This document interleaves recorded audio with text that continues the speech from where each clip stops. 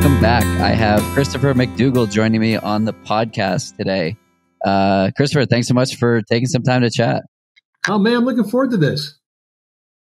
It's fun to connect with you because your book, as I'm sure you've never heard before, is what inspired me to start running. And here we are today, and I've just crossed 1 million downloads on this podcast all about running, what I've learned over the last 10 years. So it feels like it's come full circle here.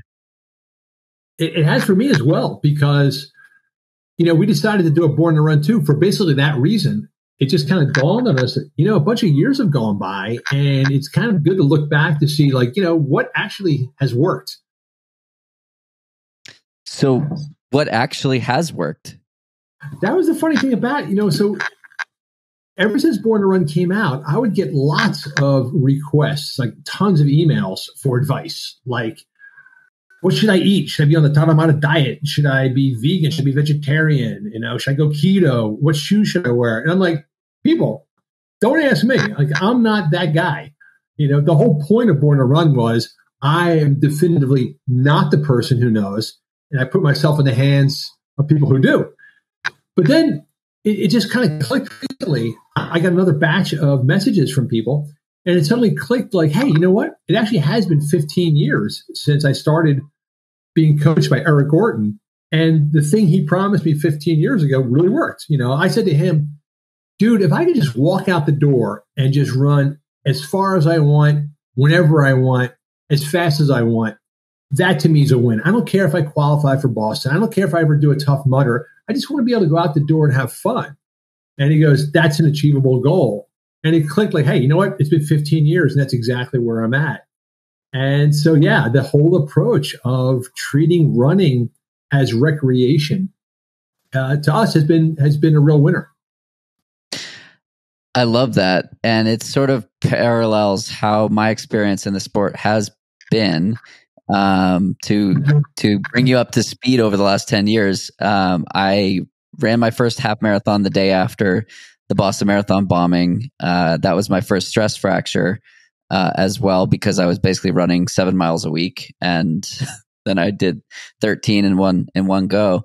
And I got so into the sport and like so down the rabbit hole in a little bit of a different way, in that I was so obsessed with qualifying for Boston and breaking 3 and doing all these things that I felt were necessary to like be a real runner, which is so ridiculous. And then I found the approach that you're talking about, which is it's a celebration, it's fun, it's joyful.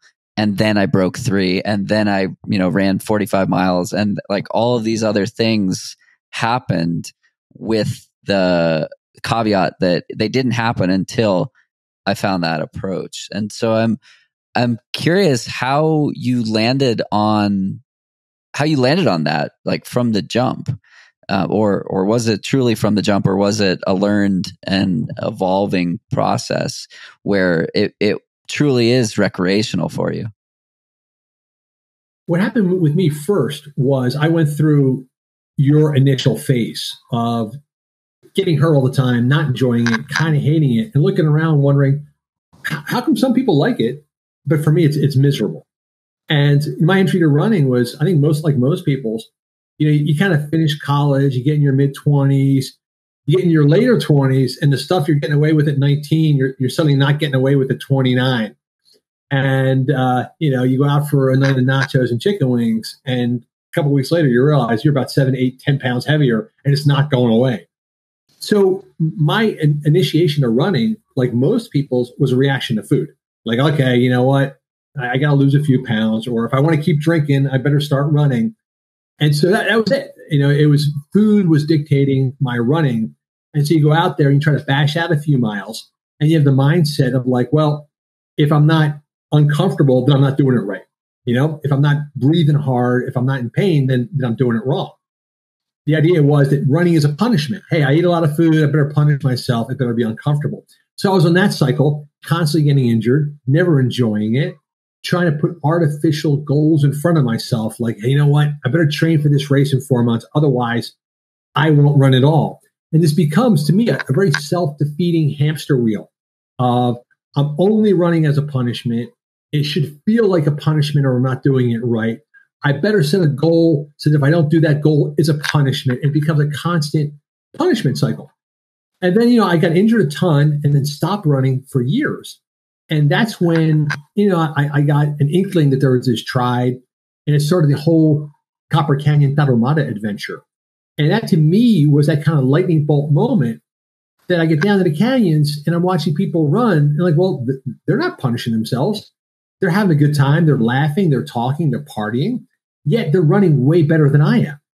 And I come back and I share this with Eric Orton, who I just met for the first time, coincidentally, because I was contracted to write a magazine article about him. And I said, yeah, it's weird, dude. I met this tribe and they seem like they're having fun. Like, I can't make sense of it. And he could. He explained it to me. And this is the key. Here's the thing, Jonathan, is that if humans truly evolved to run, then it should be a pleasure cycle, not a punishment cycle. Because anything that's pleasurable, you're going to want to repeat that process. Your body's going to signal to you, this is a good thing. Anything that's a punishment, your body's going to pull away from. And so no matter how much you try to mentally overcome those obstacles, if you don't like it, at some point you will quit. If you do like it, you will be rewarded and want to continue it. And so that's when you open my eyes to the fact that if you run within yourself with a sense of joy, then you will get the performance goals that you want. But it's also not a simple process. It doesn't mean just go out and jog with a smile. It means dialing in your form, your fitness, your footwear, your food, all of these things dialed in so every run feels like a victory lap. I love that. Yeah, I'm sure a lot of people are listening and saying, okay, that sounds good in practice. He's making it sound super easy. And it's that next step of, okay, it's not enough just to believe this to be true. You have to live it. So for you, how did you translate it from doing it because of the food, doing it because, you like beer, that kind of a thing, into, going out and running as far as you want and having it truly be joyful? So there are a couple things that I think are crucial. And one is to address each thing individually. So, one of the difficulties we have is we got a lot going on in our lives. We have a lot in our schedules. And so we tend to isolate running as this like 45 minutes we can do in the morning before we rush out the door. What I was trying to get at was, what's a way I can look at food, I can look at footwear, I can look at form, treat each one of those things as something to dial in, but constantly being contributing to this goal of not going faster, but going happier, so that every run starts to feel good. So let me give you an example. Food, for instance. It is really hard to dial in food. You can have a million different approaches to how to dial in food. Most people come from an abstinence model that, well, I better give up this or I better give up that.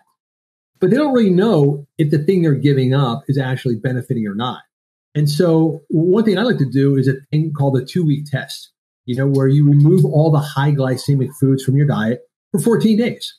And at the end of 14 days, you reintroduce a couple of foods one at a time. So let's say you get rid of all the rice, pasta, breads, pastries, all gone for 2 weeks. And in 2 weeks, you have a sandwich put on one piece of bread. Put some lunch meat on a piece of bread, fold it over, eat that sandwich. How do you feel? If you feel good, now you've locked in on a carbohydrate level that's good for you. Then eat a sandwich with 2 pieces of bread. See how you feel. If you feel sluggish, bloated, that means you're jacking your insulin too high. But the whole idea is, in your approach to food, rather than starting from this like draconian, hard, I got to do this or that approach, just go back to factory presets and start to understand how your body's actually responding to specific foods. Yeah, no, that makes sense. If only there were a way to measure internally, which right. I joke because that's my day job.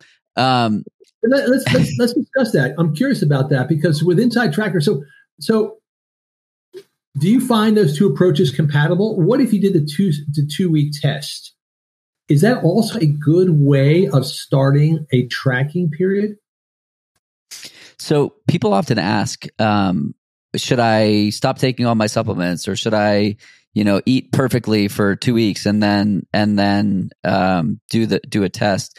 And our answer is always, the time to modify is, with the data, versus, there is some value of a lot of the, so food sensitivity testing is not very accurate and not very strong. So the model or the method that you outlined there is an excellent way to diagnose or understand specific foods that don't make you feel good. So you're absolutely on the right track from an evidence-based standpoint on that aspect of it. On the flip side, you can skip some of the trial and error aspect of what you were talking about in regards to, like, if you remove something, well, what if your body needed it? That's the part that we're sort of seeking to address, and then understanding what else do you need that you're not currently using or eating. Yeah. So to me, that's the perfect marriage of physiology and technology. And I think most of us tend to err on the side of technology. We want to rely on our devices for everything. And the difficulty with that is at some point it becomes inconvenient, or you don't have the device, or it's too complicated, so you stop. And if there's a way of matching what you've learned from data with what you actually feel. So here's another perfect example, like heart rate monitors. So the idea of running in heart rate zones is terrific, but the chest strap is kind of a pain in the ass. It's inconvenient, gets sweaty, gets kind of funky and smelly. The wrist monitors aren't really that accurate. So running within heart rate zones is, I believe, crucially important for getting into that sort of happiness cycle of where you're actually running and you're not putting yourself into anaerobic debt and you're giving yourself recovery time. But I think relying on the device all the time is a recipe for failure. If you can match the technology with a physiological read where you can sort of tell yourself by your breathing rate, by how your legs feel, that to me is the perfect marriage. Yeah, and look at people who monitor sleep. There's a lot of data around people monitoring sleep who end up sleeping worse because they're scared of what the sleep metrics will show them. Yeah, right. You become anxious about the thing that's supposed to make you relax. Right. So here's an example. So one thing I was going to say. So with heart rates, one thing I like a lot, Jonathan, is if something has a long pedigree, if it's got a long history of success, that to me is an indicator that we might be on to something. So with heart rates, I was looking back at what Julius Caesar did with the Roman centurions, because the Roman centurions were like the fastest foot speed army in history and probably unmatched to this day. These dudes could cover 50 miles of rough terrain in like 30 hours. They were unbelievably quick, and with their heavy gear on. And what Caesar did was he would train them by pace. And the way you train by pace was the same thing Arthur Lydiard did. It was by conversational rate. And so if you could maintain a constant talking pace, that was one gear. If it was call and response, where I say something, someone else says it back. So you talk, silence, that's another pace. Singing pace is a third pace, where you can actually run rhythmically, but you're singing in a rhythm. So he set these three paces: conversational, call and response, singing. And those essentially lock in with 3 different heart rate zones. And so you can actually sort of dial in that for yourself. Now, am I at a pace where I can talk comfortably with a friend? Am I at a friend where I can only get at a pace where I can only gasp out a few words? That will tell you what heart rate zone you're in. Yeah, it's so fascinating. Again, removing the wearable piece of the equation. Some of my best runs this year have been watchless with a friend or solo when I needed to go truly easy for recovery purposes. And it's like we have so much technology that's so beneficial and so helpful, but sometimes it's so pure just to strip it all away and go for a run in the woods with nothing tracking you, and bring the joy back. Yeah, and they don't have to be contradictory goals either. But as you pointed out with the sleep study, as long as the technology is getting you closer to the goal instead of creating its own new anxiety, then you're on the right track. Here's another whole other avenue is like footwear. So people will rage endlessly about what shoes you should wear and why. Cushion or no cushion, minimalist or no minimalist, carbon fiber plate or no carbon fiber plate. I was actually talking about that with Eric Orton today because there's a new study about what the new super shoes are doing to stride and gait and perceived effort. And I'm like, dude, that is way too in the weeds.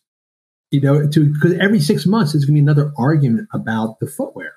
To me, footwear, it's a sensual joy. You put a pair of shoes on, it feels good, right? That's why we have multiple pairs of shoes, because they feel different. It's like a different meal. So my feeling is once you dial in the way your foot naturally responds to the ground, then you can add footwear as much or as little as you want, because now you know. Here's something my wife does. She'll go out for a run. She'll hold her shoes in her hands, and she'll do the first quarter mile or so absolutely barefoot. And then once her foot starts to bother her a little bit or gets a little bit rough, she puts the shoes on and then continues her run. But what she's done is she's kind of pre-gamed by acquainting her foot with the ground, acquainting her body with form, and then she puts the shoe on and she has the joy of running in a nice, comfortable shoe. I've had coaches that have either requested pre-run or post-run to do some strides, maybe not at speed, but just in general, barefoot to, as you said, get reacquainted with proper form, and it forces you to have proper form. Otherwise, it hurts. Right.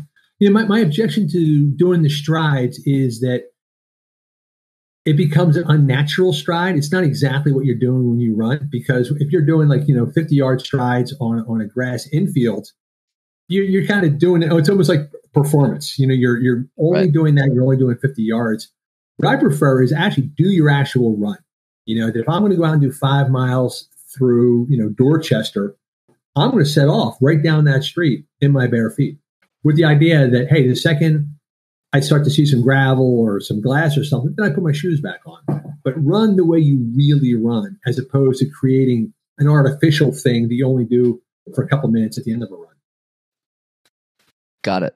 So switching gears a little bit, over to Born to Run, the first book.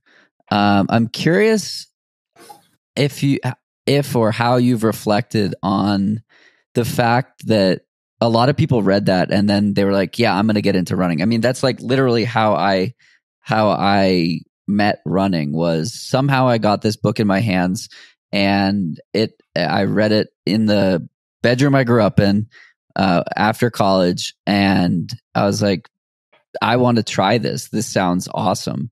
And then I got connected with November Project, and then the Boston Marathon, and all of this stuff led us to where we are today, which is 11 years, almost 10 years later. I'm curious, do you hear that frequently, and how does that feel that like my life is categorically different because of something that you did 15 years ago, and I'm incredibly grateful for that. Sort of curious, is that something you ever think about? Do you think about it, every so often? I'm really curious about it because, when you and I met, it was at November Project. And when I met you, you were full on, you were in it. And it takes a stretch of the imagination for me to picture you as not that guy. Because again, I think it was a Wednesday morning. It was super early. It was Boston. It was freaking cold. And, we did, I think the day that I met you for 2 November projects. There's one we go up that hill and over the top and then down another hill. And there was people playing tag at the top. And if they tag you, you got to out. Yeah. Yep. But then afterwards, everyone crowds into this coffee shop and, having coffees and getting warm inside. And so that's my recollection of you. I associate you with that, as a dude who's fully in the tribe, living the life. And so to think of you as not that, it's kind of unusual. Your question was, do I reflect on it? And I do. And I'm always curious about what it was. Like, do you remember what it was about the book that they made that transformation for you? I do, I think. So first, that must have been either late, like the winter of 2014 going into 2015, because I then remember you had promised to meet us in Utah, which happened in 2015. Quiet. I'm pretty sure that's signed into my book that that you're going to meet us there. Yeah. Anyway, I do remember what at least I think it was truly about the sense of adventure and the way that you explained your adventures in running long distances, in meeting people, in interacting with the world on foot. And like I said, I was a year or two out of college and sort of like, still doing the go out every weekend and get hammered thing. And it was fun, but it wasn't like fulfilling in any way to, wake up with a hangover every Friday and Saturday and Sunday. And I read this book. Somebody must have given it to me or something. But anyway, I read it and I was like, this sounds fun. This sounds like, again, this sense of adventure. And so again, fast forward 10 years and I love racing marathons because I love riding that line of like, how far is too far? And can you like push on the gas just far enough? But like, you better damn push on the gas just far enough, without going too far. So I love racing marathons and then doing long epic adventures with friends. So rim to rim, like stuff like that. And the sense of adventure and the sense of curiosity came about very early on from what I can remember. And I'm sure that wasn't the only piece of it that like pushed me to think that way. But I very much remember reading this and being like, this makes so much sense. Why can't I go out and move my feet? And I was doing like a lot of CrossFit style workouts at the time. And so the idea of adding running as like functional movement into my exercise routine was just like, yeah, that makes sense. It's funny.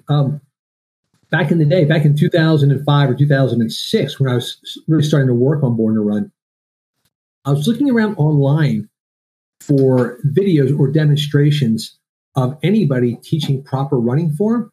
And the only ones I could find were CrossFit. I think CrossFit has not gotten the credit it deserves. For back in the day, it was really focused on good, efficient, biomechanically sound movement. And the CrossFitters were the only one that were treating running as a physical skill. Everybody else was just like, oh, well, you run the way you run. Don't worry about it. Yeah, I think early on in CrossFit, it was all about skill and proper movement form and patterns and whatnot. And then as it grew, the sort of guidelines became a little looser, and that had an impact on quality. I went to a number of classes at different boxes, and like there's no observation of form, at least from the 3 or 4 that I went to. Sort of n equals 1 there, but yeah, it's an interesting observation. And then I ran that first marathon in the toe shoes because that's what I learned about, and yeah, now here we are in 2022. So yeah, go ahead. I was going to say, so here's the thing about it, and it applies to both of these things. You running a marathon in toe shoes, CrossFit straying away from its initial mission of teaching the form. The death of any skill is competition. And, it's interesting. When I wrote Natural Born Heroes, I looked a lot at parkour. And the parkour purists are adamantly against competition. They say the second you begin to compete against each other, you don't give a crap anymore about the skill. It's not about what you're doing anymore. It's only about the other guy. You're trying to beat the other guy. And I think the second they created the CrossFit Games, skill was out the door because it wasn't anymore about how cleanly and well you're executing the deadlift. It's just how many and how much.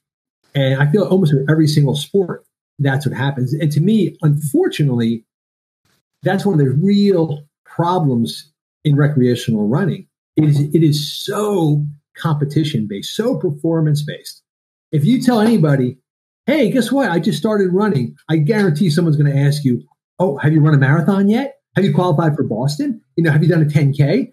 People start talking about racing instantly.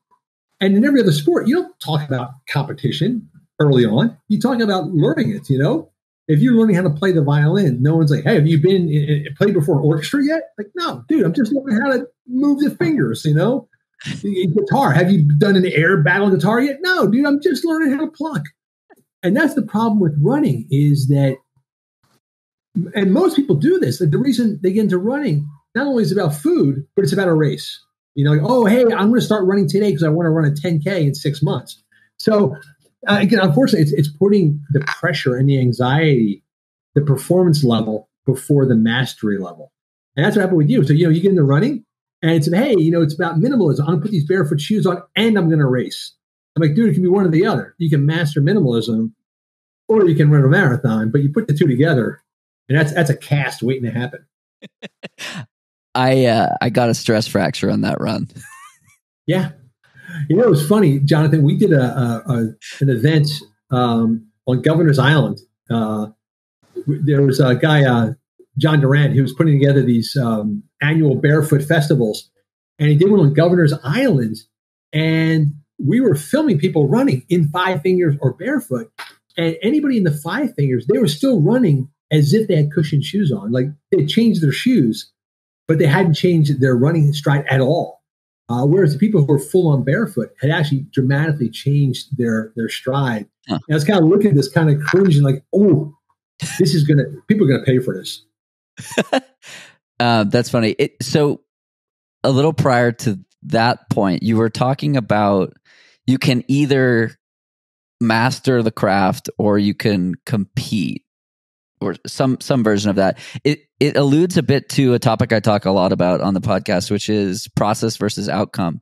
And so it's an interesting way to put it, because you can either like completely master it, and to do that, you have to zoom in on the little micro carrots that help inform how to achieve something, while also completely zooming out of like any specific outcome. And it's so fascinating the way that you outlined it that way. I'm curious, like, is that part of how you think about it? Yeah, completely. And that, to me, I think was the big master reveal. So again, I came into this process really basically following the same thing I'm telling people don't do. My motivation was, I've been down the Copper Canyon. I met this wacky dude named Micah True. He said there was going to be a race in a few months, a 50-mile race against the Tarahumara. I was really like excited by that prospect. I just watched members of this tribe, racing through the canyons in sandals, and you see that vision, like, I want to be that, I want to fly like they fly. And then I meet Eric and he goes, I can teach you how to do that. Like you can make that race in 9 months. You can go from 0 to 50 miles in 9 months and be in the race. So my motivation was the same thing I'm telling everyone else is a mistake. I wanted to compete in a race that was beyond my grasp in a very limited amount of time. But I had the benefit of a coach who was focused on form. And he also said, you're not going to do it in sandals. You're going to wear a pair of Nike Pegasus. You're going to wear, back then, the Pegasus was actually kind of a moderate shoe. It was moderate neutral. It had maybe an 8mm drop. It wasn't bad. He goes, you're going to wear the Pegasus. You're going to do the race. And then if you want to do minimalism, you do that after the race. And so that's what I did. I trained for the 50 milers. I ran it in running shoes. And then afterwards, I kind of went back to 0 and started working on form. And to me, that became so gratifying. To this day, I get a lot of pleasure out of focusing on running form, because it's one of those things where, if you play basketball or you play a racket sport, no matter how good you get, you don't hit the ball the same way you want to every time. If you got a pretty dialed in jump shot, yeah, you'll hit 2 out of 3. That third one's going to be a clanker.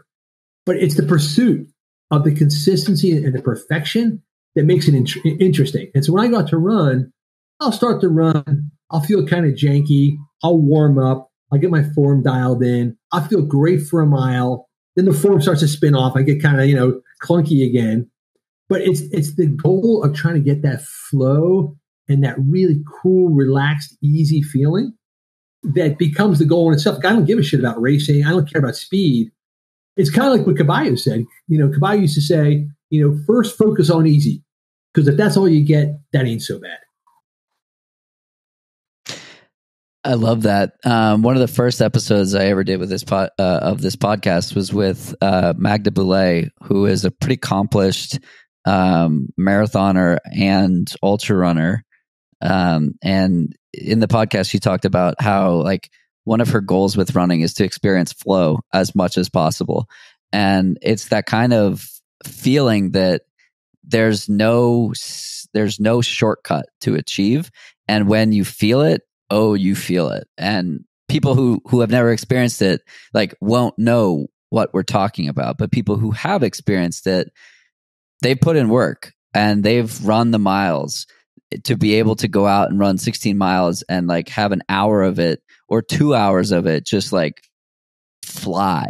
And that's the feeling that I'm chasing. And that's the feeling that it feels like the people who are on the right track to conventional levels of success are experiencing quite often.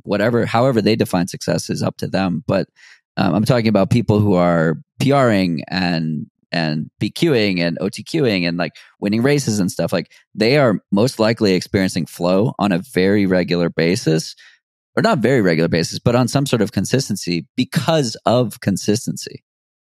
Yeah, that's the upward cycle you get. So let's say you set out for a run and your only goal for that run is, I'm only going to run as long as it's comfortable. And as soon as it's uncomfortable, I'm going to stop, turn around, and walk home. And all I'm going to focus on is good, quick, easy running form. And so let's say for that first day, you only run 1 mile. You got plenty left in the tank. You feel like you haven't really worked out at all. But because you got plenty left in the tank and it's such a pleasurable experience, you can't wait to go out the next day and do it again and do it again. So as long as you run within your limits and you focus on something that is immediately gratifying, and what's immediately gratifying is a really pleasurable movement. When your stride is right, when it's quick and easy, it feels good. And the second you try to push beyond that and it's uncomfortable, that sets a negative cycle in place. So we do this thing, the whole secret of running form to me is about 2 things. It's about cadence and foot strike. You lock those 2 things in, you're good to go. And so one way to practice it is a very kind of self-gratifying exercise. We tell people, take your shoes off, stand against the wall, and run in place to the song Rock Lobster. So Rock Lobster is a perfect 180 beats per minute. Boom, boom, boom, boom, da, da, da, da, boom. You meet that rhythm, you have your cadence. And if you're running barefoot in place, you can't heel strike, you can't overstride. That's why the wall's there, because if you start to kick back and force it, you'll hit the wall. So I can share a nice little video with you of my wife demonstrating this. But when you look at it, it looks like a Zumba class. It looks like fun and easy, but that teaches you that gratifying form. And then you take that out on the road and you're good to go. That makes sense. Yeah, we got to see that video, especially if it's of you doing it. So in the a couple of minutes ago, I alluded to conventional success versus how people define success. I've found this to be a fascinating topic on this podcast because I get to talk to so many people who have achieved conventional levels of success. They started a business, they won a gold medal at the Olympics, they published a book that created a movement, things that outwardly appear as if you've reached the top or you're well on your way to it. And then when you ask them to define success, it's often something categorically different than that. So the next question that I'm curious about is how do you define success? I would say you are successful if you have figured out.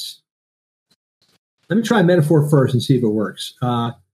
There's some guy who was saying that the best races are the ones where you drag your foot across the dirt and say, "This is the starting line."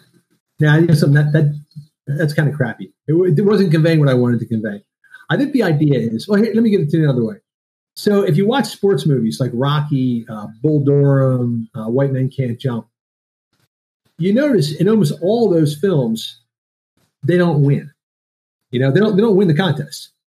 They define for themselves what victory is. And it's usually the satisfaction of perfecting something for themselves, trying to get something right.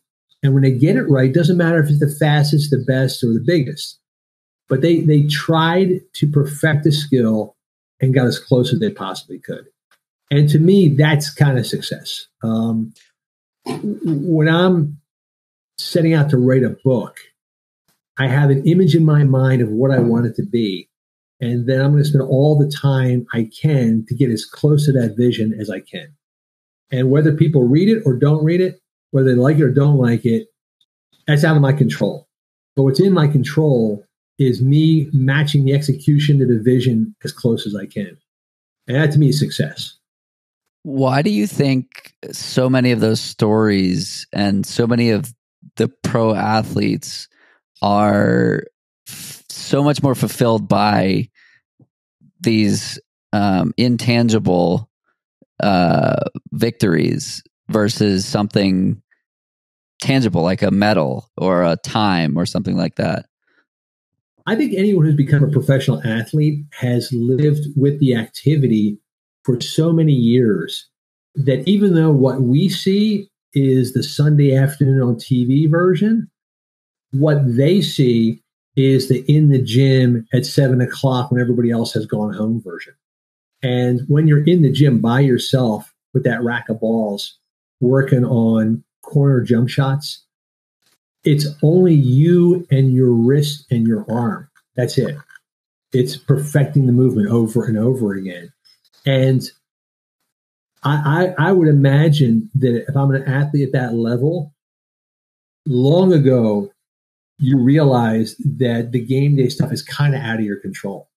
What is in your control is the perfection of the motion and the movement and the timing and the skill. And I bet you even in the moment when like a wide receiver is going up long for a catch, before they even come down with the ball, what they're remembering, what they're feeling is all that muscle memory of practicing the movement. And then they come down with the ball, everyone screams and yells and they're on TV, but that's after the fact. I bet you for them, the moment of success was when they realized, oh yeah, everything I practiced for years, it's working right now. So it's like that execution of consistency, and it takes consistency to see excellence, but it's not excellence excellence is the byproduct versus the goal. Yeah, I always look at it as two spirals. You can just spiral up or you can spiral down. So, we started off talking early on, well, if I'm running to get in shape because I ate badly, and I really need to run hard in order to burn off those calories, to me, that's a downward spiral. You're chasing something that is one punishment after another punishment after another punishment. But if your only goal is, I just want to learn how to do this one movement really well. Hey, I did it. It feels good. I can't wait to do it again. Hey, I did it again. That feels great. Like I've dialed in my eating so that my diet is no longer, my fork is no longer my coach. I got my food figured out.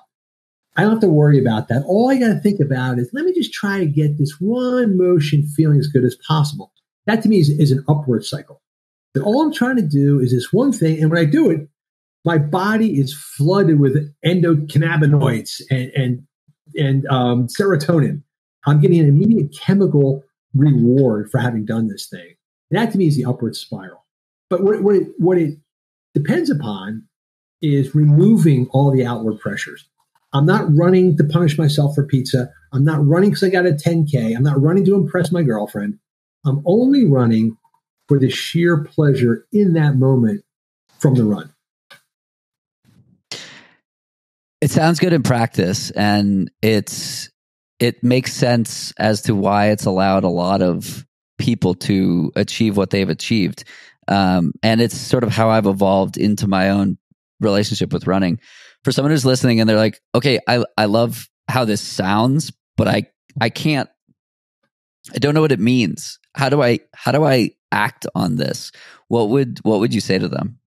I would say number one, first and foremost, is find a group. Find a group. So I think that was the genius of November Project. It's the genius of Harlem Run.